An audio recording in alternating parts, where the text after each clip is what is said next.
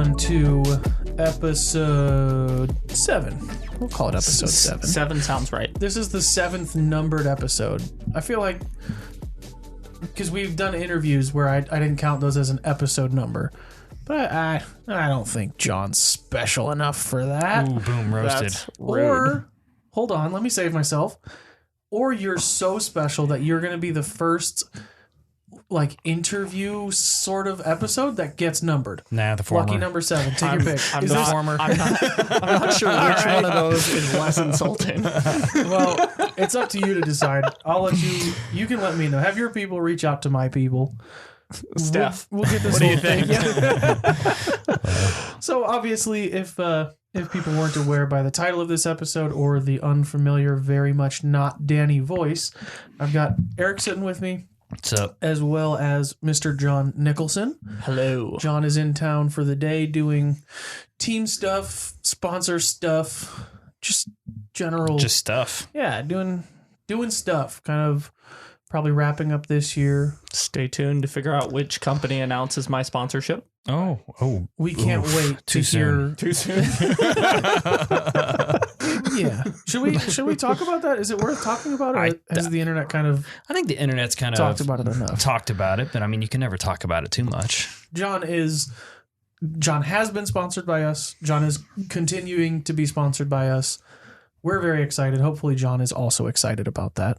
I am always excited. You're on the spot, so you kind of have to say that That's you're true. excited as this is both being recorded and your boss is sitting like Yes. 2 feet away from you. Was it ready? Sir, Wait a I minute. am excited. Oh man. Yeah, so John, this was we can get right into it, I guess. This was 2021 was your first season, not as a professional, but it was your first season on the road kind of full time, right? Your first time touring, doing all that. That is correct. Okay. You did it. You survived. You You did. successfully made it as a touring disc golfer. Yes. What was, kind of this time last year, what were your expectations going into it? And then how did actual life on the road kind of match up with what you thought it would be like? Okay. So, said queso. Way to start. Yum. My expectations were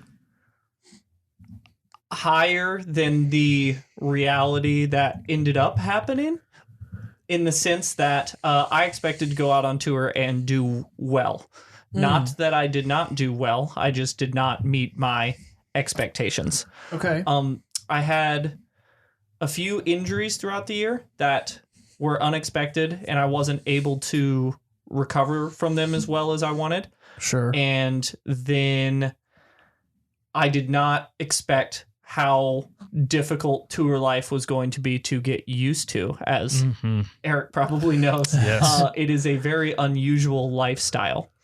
With that, though, I think towards the end of the year, I really started to get used to it. I started to get healthier and start to really catch my stride towards the end of the year. So I'm very excited for next year. I'll be throwing the same bag, all the same stuff, which I'm super excited about. And Good answer. is that good, boss? Is that good? That's good. That's solid. And Solid. yeah, I'm pumped. So you said that your expectations were a little bit higher than kind of your play ended up being. I guess. Is that a fair way to put it? Yeah. So I'm really competitive. I want to be in the hunt and in all the big tournaments. Until some of the ones at the end, I was very much not. I was in the hunt for cash, and that's not where I want to be. Right. That's not a fun spot to be. Exactly. What did that kind of do to you mentally? Obviously, it's going to be tough. You kind of, I'm sure during the off season and stuff, you're kind of hyping yourself up. Like, I'm going to do this thing. I'm going to take the world by storm. I'm going to go out there. I'm going to win. I'm going to play better than I've ever played. And now you're kind of like, okay, I need to birdie these last 3 holes so that I can make cash. Like what? Real situation. Right. Yeah. What does that do to you? Just think like, all right, well, forget it. That's it. We're in Texas already. It's the beginning of the year. I'm just going to quit now and go back and find a desk job and just give this up. Or what, how did you kind of work through that? So I never actually thought I was going to quit. Steph is here right now, and I definitely talked to her several times, just like being dramatic. But it had huge effects on me mentally at some points, especially very first tournament out of the gate. I got hurt at Waco. And up until this year, I wouldn't call myself forehand dominant, but any hole that's set up for a forehand, typically I was going to throw a forehand. Yeah, your sidearm is very good. I mean, from my perspective, you're a very balanced player. You can throw just about any shot, backhand, sidearm. You use both of them very often. So it basically limited your game to 50%. Yeah, so this year I had a middle finger injury that kept me from practicing my sidearm very much. And then as soon as the season started, I strained my oblique on my left side, which kept me from throwing sidearms at all for the next like 2 to 3 tournaments. Yeah. So I was playing backhand only. And then, I was playing backhand only, which I'd never done at 2 tournaments this year. And then having to play backhand dominant for almost the remainder of the season that I was not used to. So it taught me to get much better at my backhand, which I did. And I don't want to say that I've somewhat figured out my forehand again, but my forehand is feeling a lot better. I played Oklahoma Open with kind of the new way I'm throwing forehands and won Oklahoma Open. And dominating.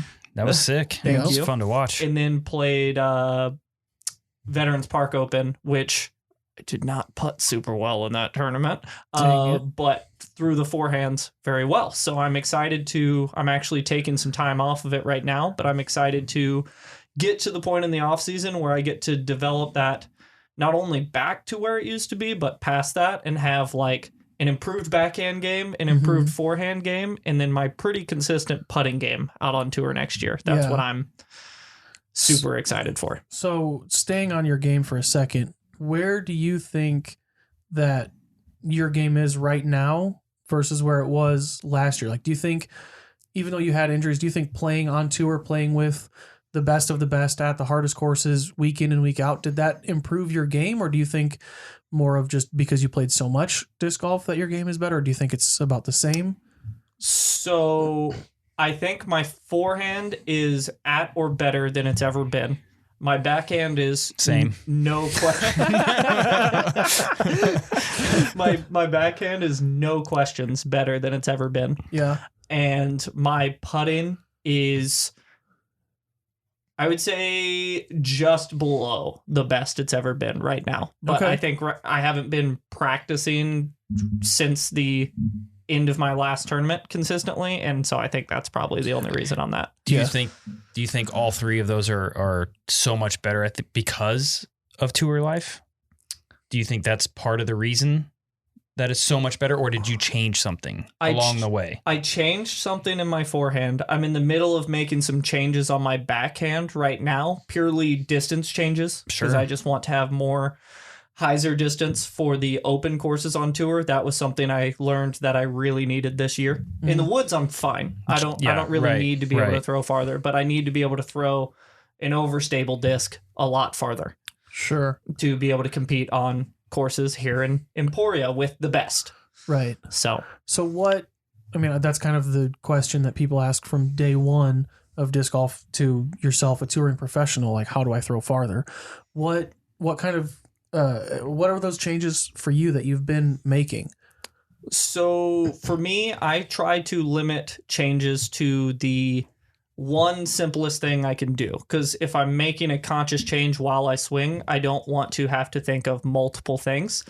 For me, I was looking at my form and I decided the most impactful change to make was going to be increasing my shoulder turn. I was hoping you were going to say increasing your run up. And then we could just, you and James Conrad can run like a 100-meter dash before all your tee shots. My run-up's gotten a little smaller. Also, I would wreck him in a 100-meter dash. Bring it, James. Wreck.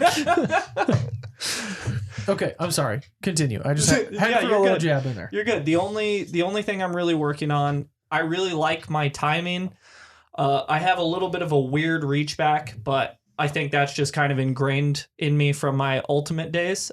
And I don't necessarily think it would be worth trying to actively change that. So all I'm focusing on right now is trying to fit a more shoulder turn in the reach back into my current timing. That's my main goal. Okay. And are you kind of still in the working process? Have you noticed any distance improvements on that, or? So the way I'm going about that is I'm starting with standstills. I thought Danny's video he put out recently was very appropriate because I regressed myself back to standstills to take some variables out of it. Sure. And then from there, I switched into more of a walk up, which I'm in now. And I'm getting about the same distance I was getting on my full shots on backhand this year out of my walk up right now, which is super encouraging. Yes. And I haven't gotten to the point to where I'm very effective at implementing it during what I would call like my full run up, because my run up is definitely faster than a walk up. Yeah. Your run up is, people that have seen you play know it's very identifiable. It's very unique. It's very, I don't know if methodical is the right word, but I like methodical. Yeah, it's fine. It's most people running up look like they're just kind of running up and throwing a shot. Where I remember one of the first times I saw you play, you said that you kind of are consciously building from each step, and your first step is slow, and then your next step is faster, and then your next step is faster, and then you throw, and it kind of is like this slow build. Yeah, so it definitely is unique, and it definitely seems like it would be something that would take some building up to get into, because it's not a thoughtless. There's not thoughtless movements. There's not just like, well, I'm just gonna turn.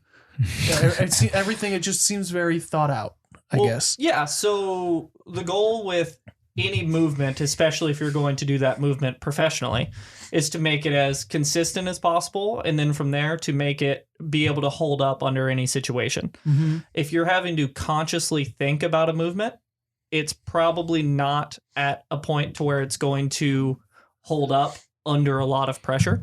So right now in the off season, I'm trying to implement it and consciously think about it, because when you change movement, you have to. Yeah. But do it so many times that I'm subconsciously just able to do it without any longer thinking about it. If people would term that as muscle memory. We don't need to go into my battle with muscle memory, but I think we should. Absolutely not. Okay, so what? I guess I'll ask one more question, then we can continue. How long does it take you to go from that step one of thinking it, forcing yourself to do it while you're thinking about it, until, hey, I'm kind of doing this thing and not thinking about it? I feel like I always see new players especially will try and change something about their form or their throw, and they expect to, well, I started my reach back later, and I've done that like 3 or 4 times, so I pretty much should have it now. And they kind of expect immediate results.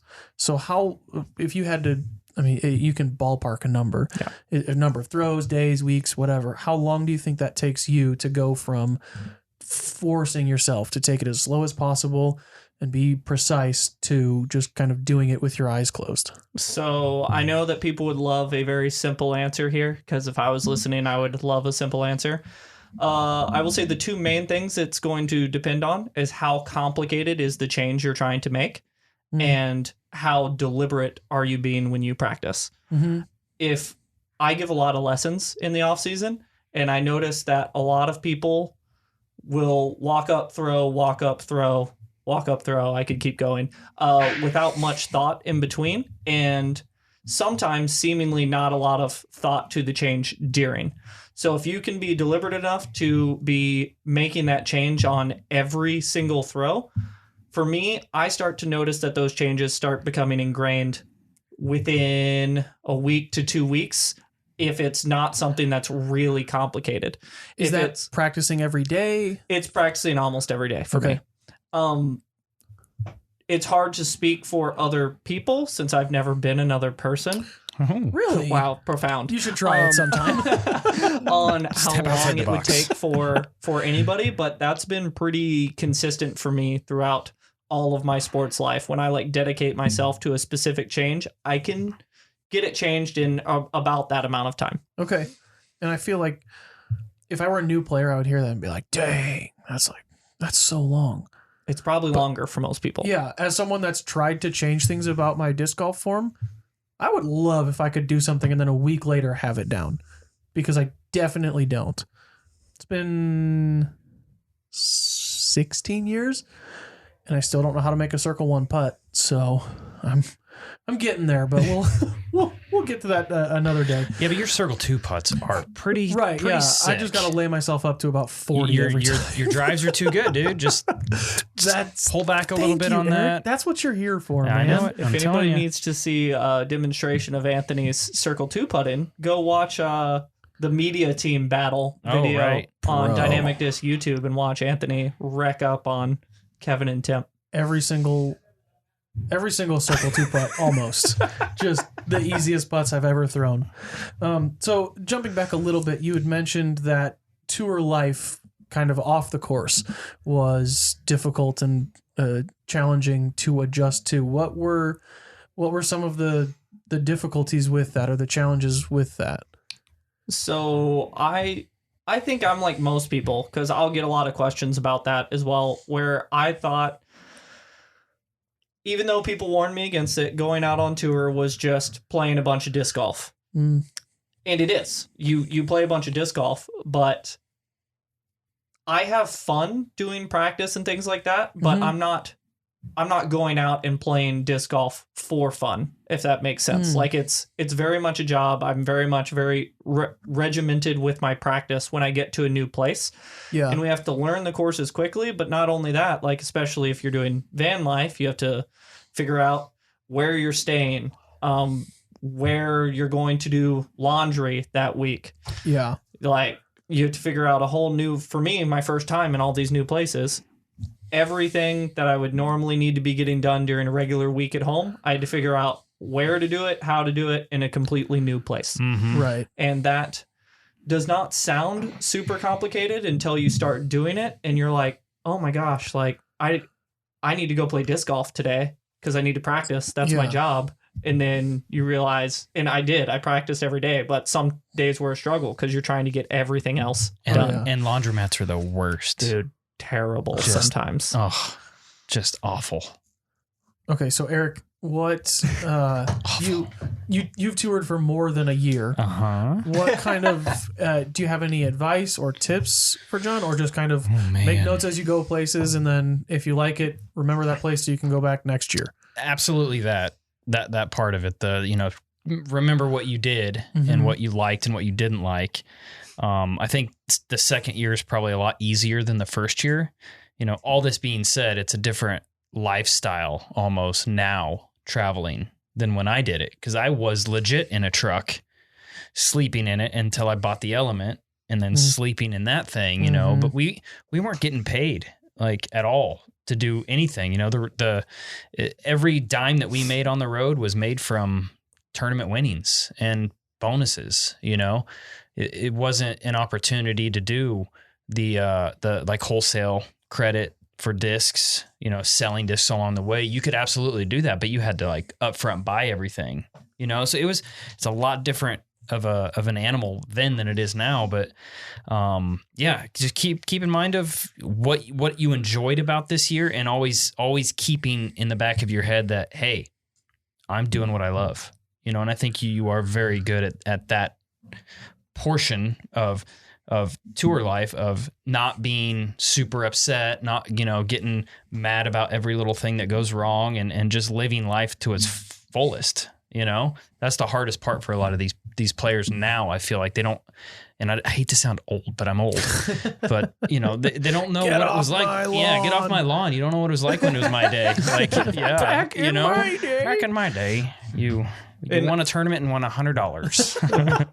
And I very much appreciate that last part, because there was a few like you going back to your question about how did that affect me mentally.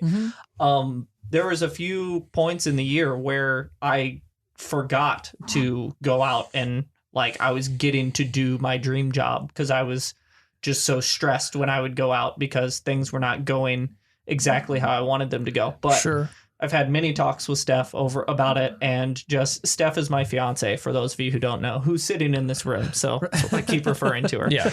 Anthony thought you were talking about Steph Curry this whole time. Steph Curry. Yeah. I've had so many talks with Steph Curry. I was going to say, dude, let's get some shoes, or let's get some sort of endorsements deal. And she's been really helpful at reminding me, like, this is what I want to do. I get to go do it. That's awesome. And overall, even though I didn't meet my expectations this year, I had a great time. Mm-hmm. And I still did well. I'm very much unbiased enough to realize that. It's just next year's going to be great. Oh, yeah. The first year is always, I mean, if you can make it back to the second year, that's already a win. And, that's already a W in that column. So, what, I mean, would you say, was that the biggest lesson you learned, or was it something, make sure you put your dirty socks in a Ziploc bag so it doesn't stink up your whole van, or like what was the biggest takeaway from season 1 on tour to season 2? Radio silence. I would say. I hope that's not it, because that would make the drives exponentially longer. The biggest thing I learned was and this is probably going to sound obvious, and I knew this going into it. I think it was just putting it into practice. Okay. To have a consistent mental routine, so not just a routine I do before shots, but a consistent attitude of how I approach each tournament. Because I think during that point of mental struggle that I was talking to you about, I think each tournament day that I had varied mentally depending on where my emotions were at. And it's very hard as a person who feels things, like I would assume most people do. As human beings do. To Mostly. have a consistent mental approach to every round, regardless of kind of where your emotions are at. Because we're not always going to be even keel going into a round. Mm-hmm. And I think that was the biggest learning curve for me throughout the year. Yeah, you're right. That definitely was a really obvious answer. So thank you for that. Boom, roasted. Jon is currently staring me down. Daggers. So I'm going to get back on your good side. Let's talk about the Oklahoma Open. Let's bring up happy memories. That was biggest win of the season, biggest win of your career? Yeah, for sure. Take me through that. So Oklahoma Open is a tournament that takes place in Oklahoma. No. It's in Tulsa, Oklahoma. Not just a catchy name. I know, right? It happens right after the Oklahoma closed? Ooh. Oh my gosh. Right after the tour season is over. And so you still get several touring pros that come through as they're headed back down south for the winter because touring pros are like birds. Mm-hmm. And man, that tournament was awesome. First round, I shot my highest rated round ever. I shot a 1080 rated round. Solid. And that was incredible. And then I followed it up with 2 rounds above my average and ended up winning, I think, by 2 or 3. Mm-hmm. Yep, you 2. Yeah. Okay. 2 Spoiler strokes. alert. This happened in October. Yes. It's okay. We can talk about it now. I think we can spoil it for Ooh, sure. Yeah, I think I so. don't know. So you finished 2 ahead of Mason Ford, who then had 2 strokes on Matt Bell and John Willis. So yeah, it was a 2-stroke lead, wire to wire, A-tier victory against, like you said, a really strong field. Obviously, Mason is really good. Matt Bell is good. Let's see, Emerson, Connor. Luke Humphreys, Connor. Yeah, plenty of 1,000+ rated players. Plus, Coda. you get Coda, Bo Tillman, kind of the Oklahomans, Mm-hmm. Oklahomites. Oklahomites. I Yeah, have no idea. Oklahomans. the And then the Oklahomans. previous champion was in the field as well. Logan Harple Right. was there too. Logan yes, won sir. it in 2020. And then I think this is actually 3 years running that a DD sponsored player has won it. I forget who won it the year before Logan. Who was it? I don't remember. You should look it up. I should look it Who up. won in 2019? I have no idea. I wasn't at that tournament, so I actually don't know. It So was so somebody. it didn't count, is what you're saying? Yeah. Because you I- weren't, I- 'cause you Paper weren't there. champs. I was Paper busy. champ. I was busy losing to Kyle Klein at the Next Generation Tour Oh, Finals in that's a good 2019. one. That's a good one. How dare you? Why would you lose to Yeah, Kyle? nobody ever loses to Kyle Klein. Kids like 19 years old. What's even happening? Okay, so I was wrong. You were way off. I was pretty sure a DD player didn't I was win, way but I off. didn't want to do that to you. It was just 2 years in a row. It Yeah. will be 3 years in a row when Facts. somebody wins it next year. I won it in like 20. That's what I was thinking of. I don't remember what year. I've won it twice. 1990s. Don't kid yourself, Eric. Yeah, so about next year. No, my first tournament was in 90, or my first A-tier one was in 97. That's awesome. But it was an amateur A-tier, and it was the Veterans Park Open. Hey. Nice. A few years ago. So what was it at the Oklahoma Open, John? We'll get back on track here. What was it that you kind of popped off round 1 and then still played incredible rounds 2 and 3, but round 1 was when you just did most of your damage, we'll say. So what was it that what was different about it? You said it was your highest rated round ever. What do you attribute that to? The course, your game, just... So I love that course. It's very much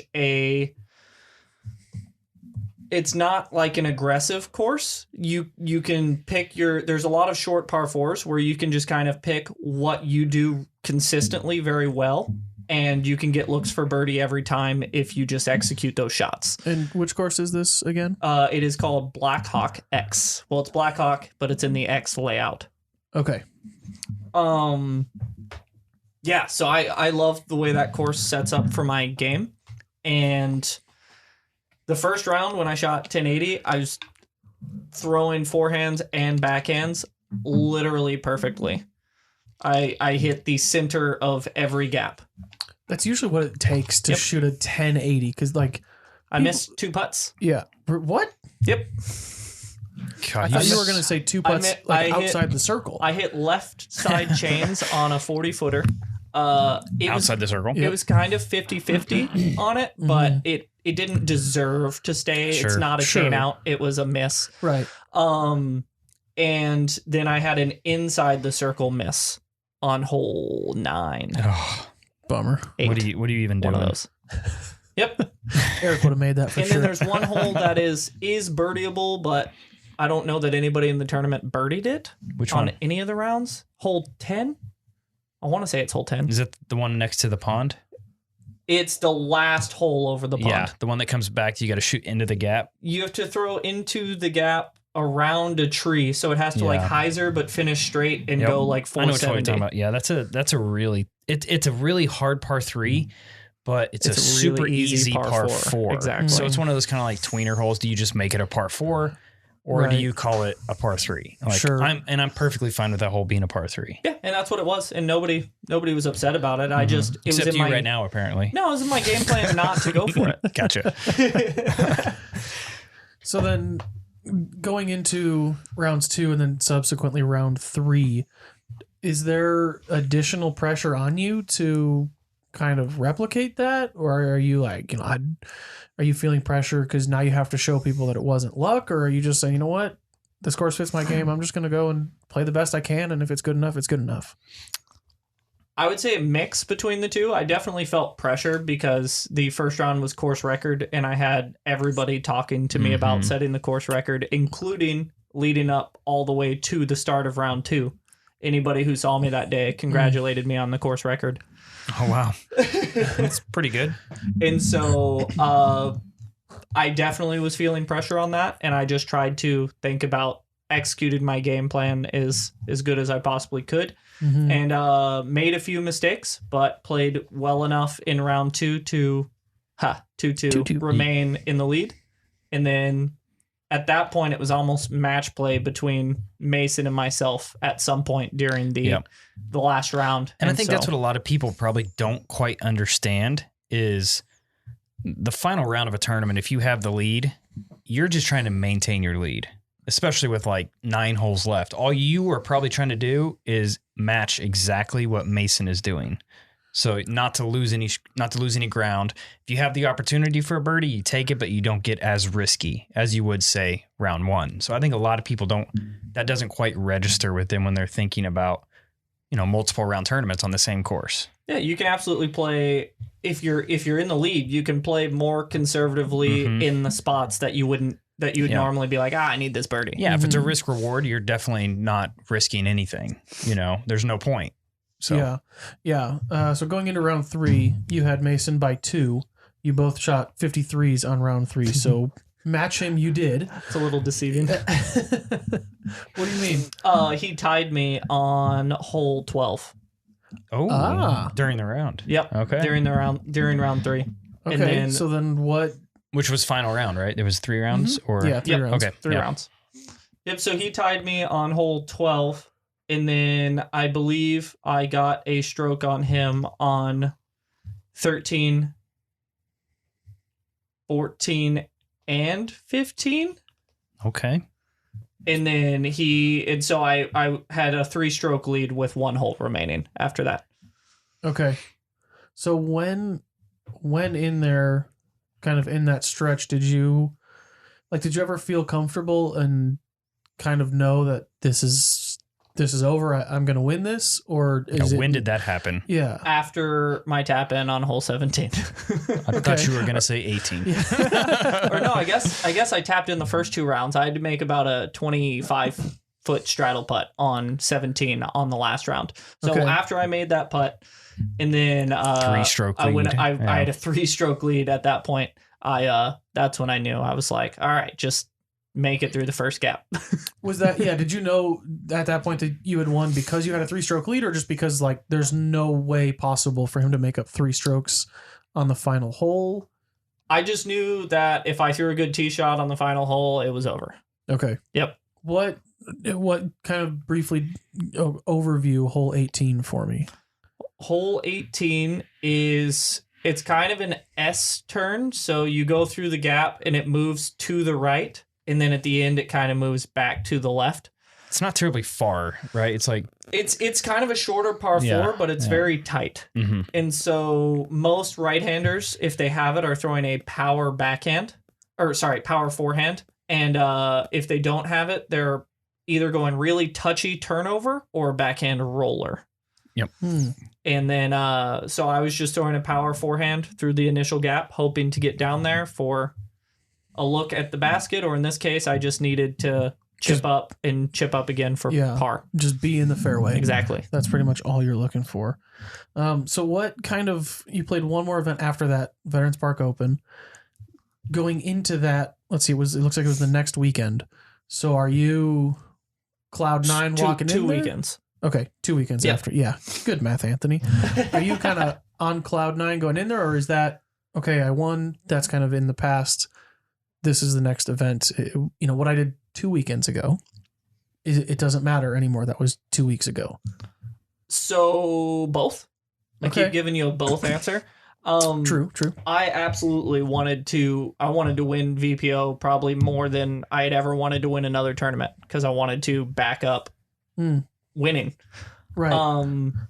I think I went overboard on it to the point that I was feeling way more pressure on my putts than I normally am and normally should be. And during the first round, I lost a lot of strokes on putting. And then during the second round, I played great. And during the third round, I was trying to play catch up because I dug a hole from the first round. And when you try to play hyper aggressive, you either shoot fire or you kind of just burn out a little bit. Yep. And I kind of ended up on the burning out a little bit side of that. Yeah. So But top 10 finish, I was happy with it. right. Yeah. It's not like, as much as you say you burned out, it's not like you actually burned out. You just burned out of the victory. Correct. You didn't win it, but you still had a good finish. You still had a good showing as that's the final event that you played this year. I'm assuming you don't have anything scheduled for December. I do not. Good. You have more important issues coming up in December. Just a couple. 2. 2. I don't know. Is one the wedding, the other is the reception? Yes. Nice. There it is. Two. 2. All right, so then let's excuse me. Let's kind of move into next year. You've obviously got a couple of big changes. We just alluded to one of them with the fact that, first of all, congratulations to you and Thank Steph. you. Appreciate We'll be it. getting married this year. She will be on the road with you next year, I understand. Starting in June. Okay. Because she will be done with teaching at the end of May, and then we'll go on the road with me during the summer. Okay. And then also another physically larger change. You toured in a van this year. You will no longer be touring in a van. Kind of explain to me your touring vehicular situation next year. So currently there is no situation. Just Forrest Gump in this thing. All yeah, right. I am hitchhiking. running across the country. No, I'm planning on getting a truck and a fifth wheel.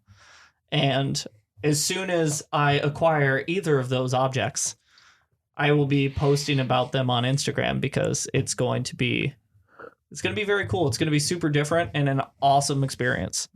I'm very excited about that. Yeah. Have you begun the search for, obviously, truck you'll be spending most of your drive time, but the actual camper that you'll be trailing behind it will be where you'll be spending most of your, kind of life. I'm doing air quotes, but your lifetime. Have you started that search yet? Do you know what it is that you're looking for, what features you like or don't like or anything like that? Yeah, so we are going on the bigger side of fifth wheels because we're trying to make that place like our home. It's not just like we aren't going to have a house and then have a fifth wheel to travel in and then come back to a house. So we're trying to go on the bigger side because of that.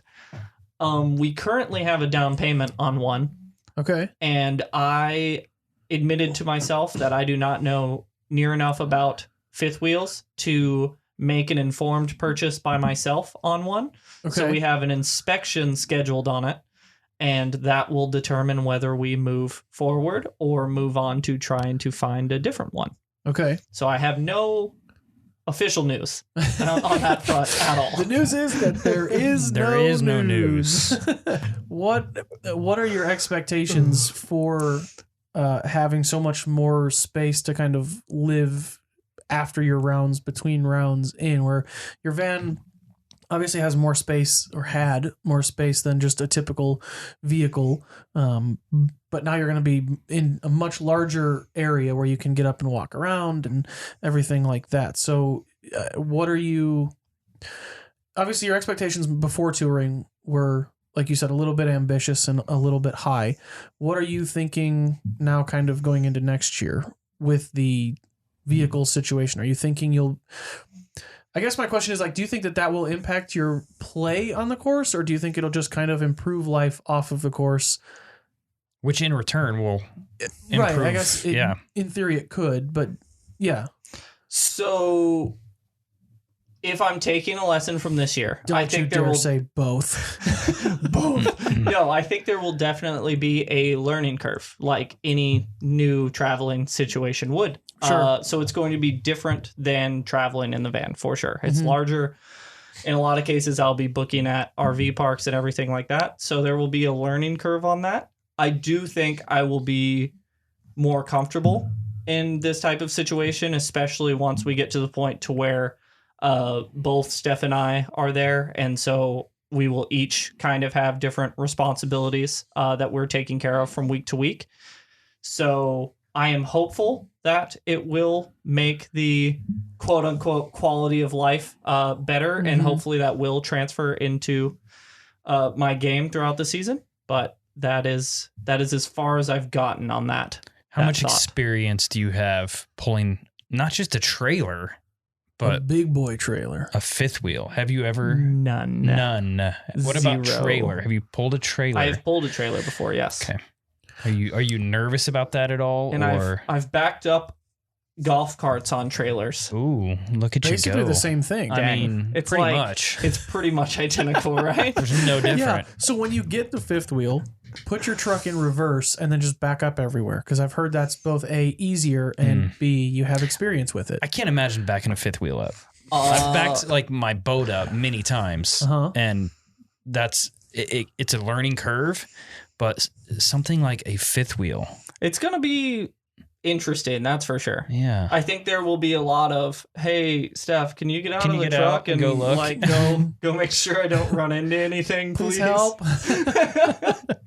So really what we, as myself and people that will be watching you on tour, we should really be focusing in come kind of February to May for some exciting, hey guys, I got my fifth wheel stuck, or does anybody know how to do this? Oh, yeah. Good call. Good call. You should go live the first time you back that thing up. In the background, who sings that back that thing up song? Oh gosh. We'll just have that playing in the background. I like it. I'm in for this. I think if that's what people want, I'm happy to embarrass myself on video for their viewing pleasure. That's Perfect. what this person wants. Yeah. And I'm the one with a microphone. We will go live, and I will try to back into an empty spot in the parking lot. Thank Okay. you. And we'll put cones to symbolize Oh my gosh, it's pedestrians. Yeah, it'll be like wait, hold on. No, that was the child cone. It's They were gonna be cones. it'll be like you're at the DMV getting your driver's license all over again. Where you gotta Perfect. parallel park and then back around a corner, and I don't even know what they do in those anymore. I haven't.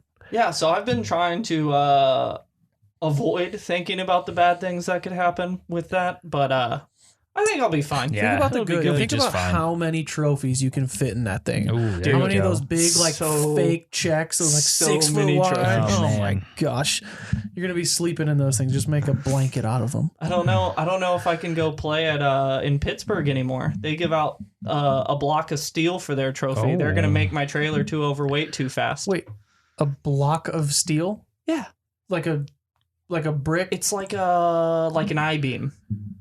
Mm-hmm. How big is it?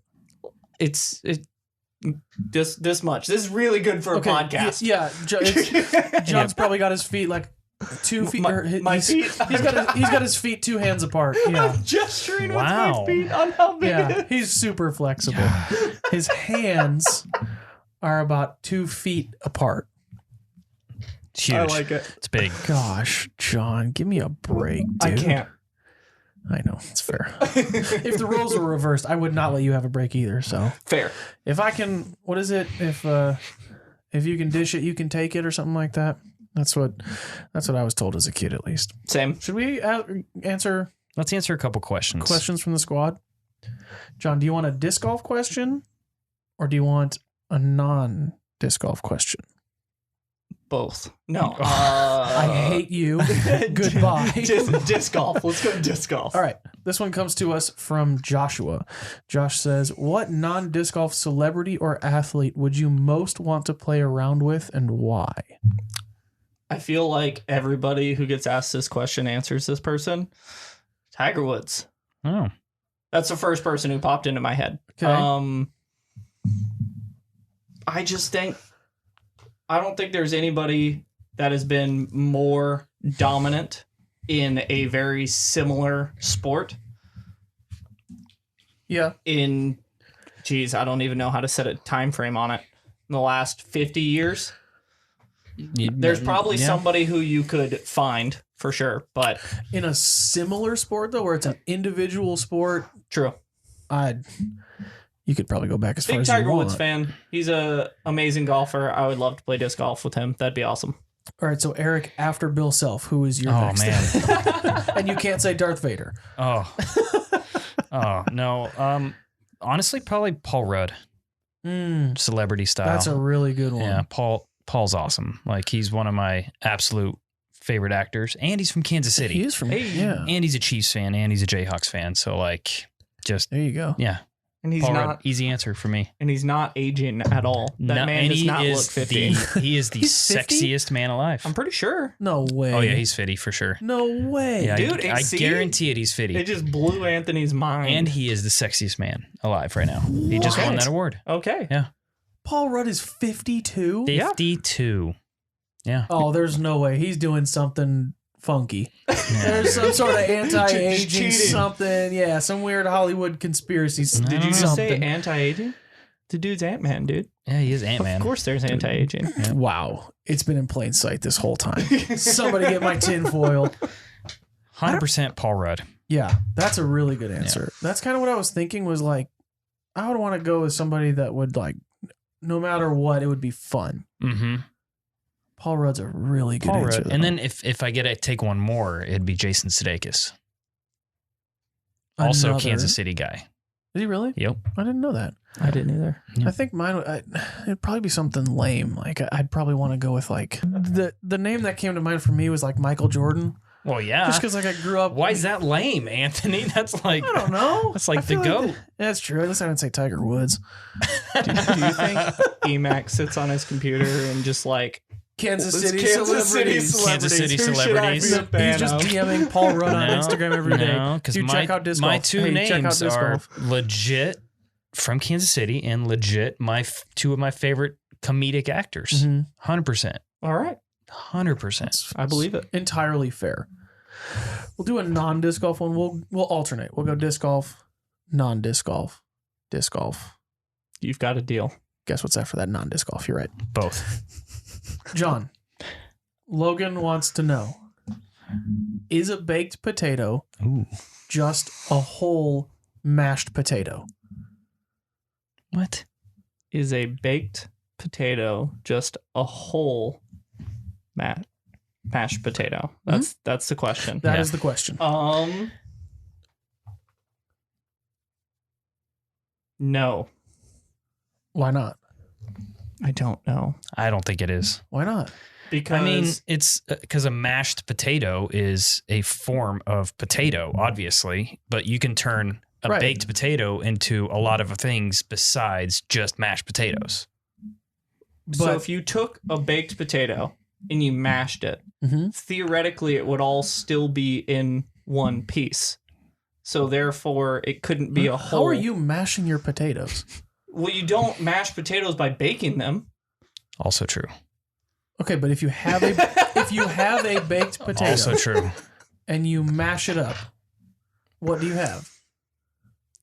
If you mash it up carefully, you have a mashed baked potato. Yes. So then with that logic, wouldn't a baked potato just be an unmashed mashed potato? But that's not the question. Is a baked potato a a whole? whole mashed potato. Correct. So a whole mashed potato It's a pre-mashed and an potato. unmashed mashed potato are different things to you? Yes, and I have no evidence to support this. I Way to don't come like prepared, it. John. I don't. Yeah. Seriously, dude. Send me this question beforehand so What I are you- can. What are you even ponder. doing if you're not mashing and unmashing potatoes in your free time? Wow. How would does you one- say? How does one unmash a potato? With Eat tape, it. glue. Get the skin, kind of wrap Yeah, it back up like a yeah. burrito a little bit. Yeah. This is obviously a goofy question. Sure. You could easily argue both sides. But I mean, you have to cook potatoes before you can mash them. Typically, people don't bake them, but I bet if you were to make a bunch of baked potatoes, put them in a bowl and smash them up, You could. it'd probably taste pretty similar. But there's other things you can do with a baked potato. So saying that a whole baked potato is just a, what do you say, unmashed potato or whatever? Is a I think baked it's a- potato just a whole mashed potato? So my thing is you can turn a baked potato into many things, not just mashed potatoes. So then what? you're pigeonholing this baked potato is what they're doing. Yeah, don't tell a baked potato Come on, how to live its Logan, life. You dude. cannot what's wrong with pigeonhole the baked you? potato. Let the potato be. Yeah. The semantics of how it's worded, I think, makes it sound like a mashed potato could never become a whole potato. So a baked A potato whole can't. mashed potato. A baked potato can't in itself Ever be a baked potato. I'm so done with this. Wow, dude. Way to limit what potatoes could. Logan, you've Be. broken my brain. This one is coming to us from a different John. Oh. This John wants to know from that John, what is the most interesting rules interpretation you've seen or been involved with at a tournament? Oh. I'm going to have to brainstorm for a I second guess there. he didn't technically specify disc golf tournament, but I'll throw that in there. Specifically a disc golf tournament. Specifically, a disc golf tournament. The most interesting rules interpretation you've seen or been involved with. So I guess it doesn't have to necessarily be you or your card. You could have seen it or if you heard about it or something like that. Do you have one, Eric? I was about to say, do you have one while I'm thinking? The most interesting one? Not.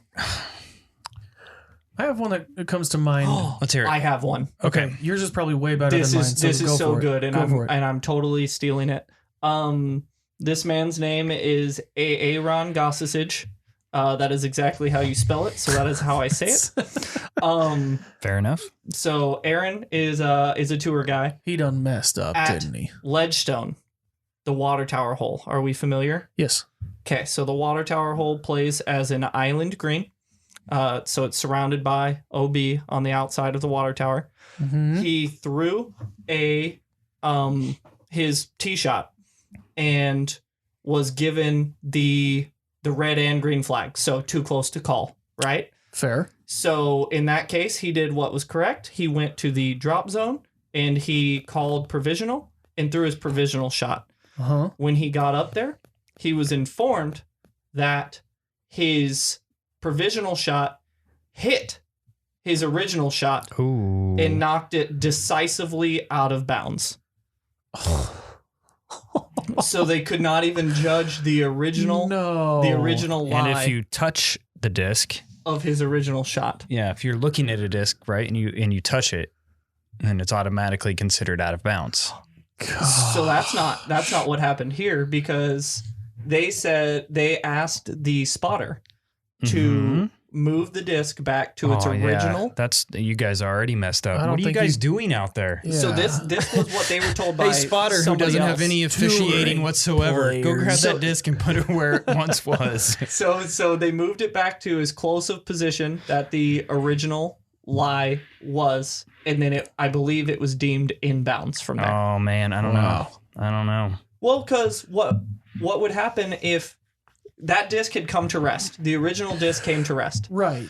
And so in Yeah. any other situation, the disc would be moved back to its original location by the Sure. players. Right. As close as you can get But reasonably. it's so far uphill man. that none of the players can see it. right. So you're completely correct that the spotter should have nothing to do with it, but he was the only person who saw the disc.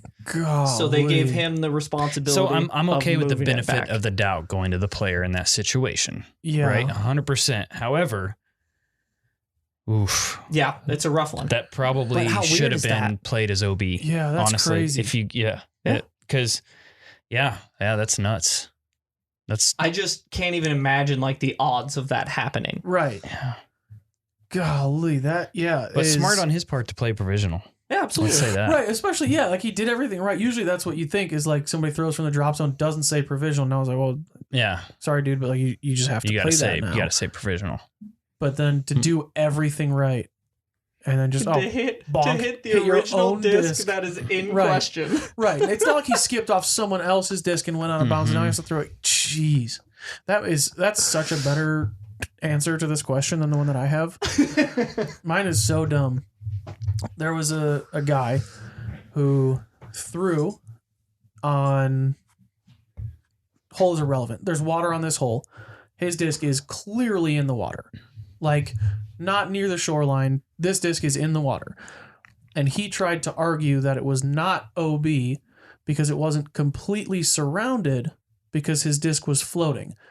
Oh, And therefore there's not water on top of the disc. Therefore the disc is not completely surrounded because that's what the OB description was. Did you Completely push surrounded this by guy water. in the water? This was not my card.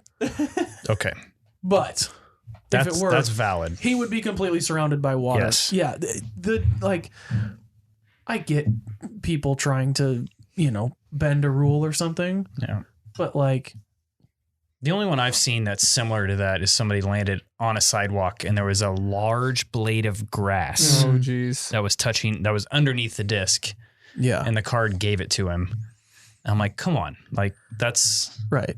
that's you know OB. what you're doing. If Yeah. you're that guy, you're like, oh, well, it's touching grass. Yeah. Like, Nah, it is touching grass, you but know what you're doing. this is the OB line right here. Right. It's very distinct. That grass that it's touching is out of bounds. Yeah.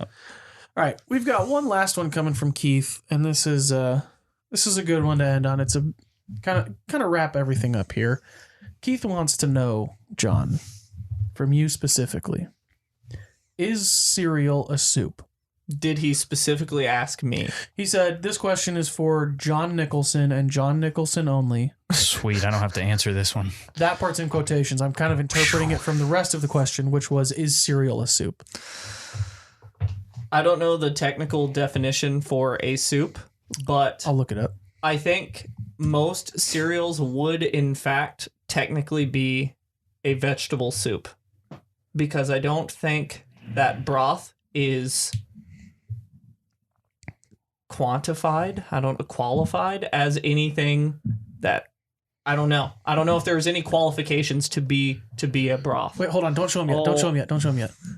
Because I want to hear Eric's answer first. Because no, this question was just for John. And then as far as most cereals, they're grain based, so it's essentially a vegetable. Do you have an opinion on this, Eric? I kind of do. Okay. I don't need to go to it in that kind of depth, but I would say no. John has a very I would say no because cereal. I've had many of bowls of soup without milk. Fair. So that's where I would draw the line. Well, do you have to eat cereal with milk? You do not have to. You could just eat it by a handful. Yes. Could you eat it with chicken as a snack? broth? You could. Wow. The only thing stopping Have you you would ate be it with chicken broth? I feel like might this is try. coming from experience. What kind of tour life are we living over here? Oh, Chicken my stock and goodness. Reese's Pieces, baby. Oh, I don't know. That sounds awful bad. sounds It's pretty terrible. real bad. I say no. It is not soup. Okay. The definition when you Google the word soup says soup is a primarily liquid food generally served warm or hot that is made by combining ingredients of meat or vegetables with stock, water, or milk. So cereal is indeed a soup. But not served warm or hot. But it says said generally served. Sure. And I have also heard people refer to oatmeal as hot cereal. AKA soup. Okay, that's fair, but I still stand by my it is not soup. I like your answer in the sense that I agree with it from I a do not need to put liquid on definition standpoint. Yes. Have you guys seen that thing where it's like any food can be described basically as soup or it's either like soup or pizza or something like that. No matter what the food is, it is either a soup or it is a pizza.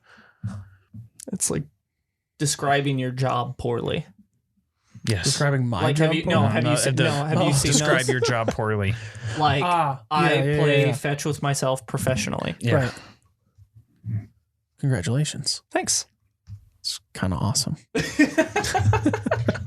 Pro disc golf or pro fetcher? Doesn't suck. Professional disc fetcher. All right. Accurate.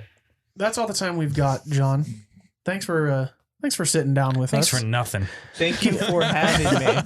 Both. I think my contract has been nullified during this discussion. Thankfully. Finally. You agreed with me on the soup thing though, so you're back in. Yes. Yes. Dang it. You mentioned earlier that you do lessons in the off season. Give people the information where they can find you for whether it be lessons or to follow you on the road or anything like that. Yes, so most of the stuff I put out is on Instagram. So Jon Nicholson _DG, and that is John Jon, by the way. No H's until Nicholson. That is Just one H. Jon Nicholson _DG. That's where you'll be able to find most of my information. I also have a YouTube channel out there just with Jon Nicholson. I have not posted on it since the off season started, but I plan to be getting that up and running after all of our wedding business has been done, because that is by far the most important stuff to handle right now. I will give you a chance to rephrase that if you'd like. Our wedding is the priority, and it is amazing. There you go.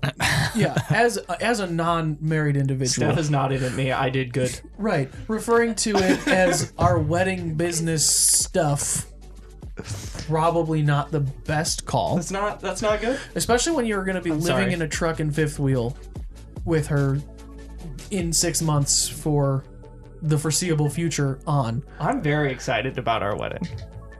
It's going to be great. Nice, dude. Congratulations. Thank you. You just dug out of that house. Yes. Eric. Sup? Yeah. It was. Fair enough. John, thank you. I do appreciate you sticking it out with me and Eric while we do this here thing. Thank you guys for having me. I listen, so it's only appropriate that I come on. Wow, you do listen and you failed the assignment, He dude. is our listener. I failed the assignment? You sure did. I can't think of the assignment. Bro, you're so off the team. What did I do? You're back off again. People that listen to episode 6 will know. If you haven't listened to episode 6, go check it out. That's all the time we've got. Okay, thanks. Bye.